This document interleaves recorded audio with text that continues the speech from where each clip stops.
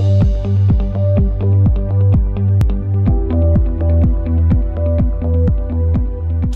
everyone, my name is George Azih. I'm the founder and CEO of LeaseQuery. LeaseQuery helps companies adopt 842 and IFRS 16, otherwise known as the new lease accounting standards. Essentially what we're going to talk about today here is embedded leases, right? One of the practical expedients that the boards issued is that you do not have to go by and determine whether existing or expired leases or expired contracts, contain a lease is defined under current standards or under the new lease accounting standards.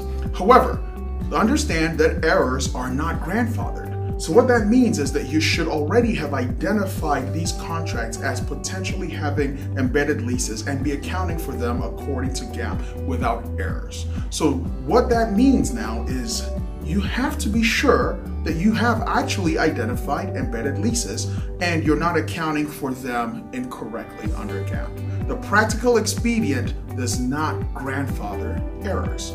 So how do you determine whether you have an embedded lease in a contract?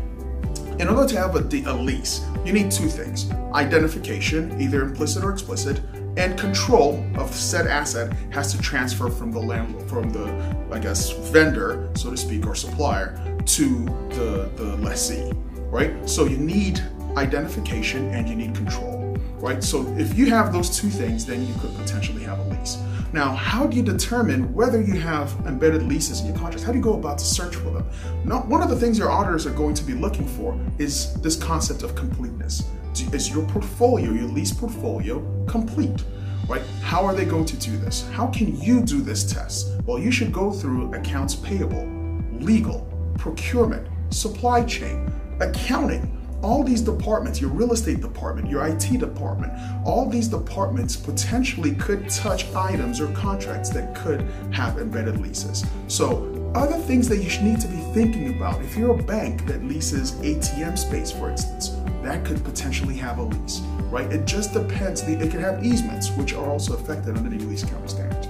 So once again, these are things that you should be thinking about, right? If you have a building, does it have parking lots? Does it have assigned spaces, right? There's a lot of judgment calls that need to be made here. We at LeaseQuery actually have a tool that helps you identify whether a lease or a contract has an embedded lease in it. Right? If you click the link below, you'll be able to, it will take you directly to this tool. It's a free tool. At the end of the day, you'll have a PDF document that'll tell you, hey, I either have a lease or I do not. And more importantly, it'll tell you why. Thank you very much.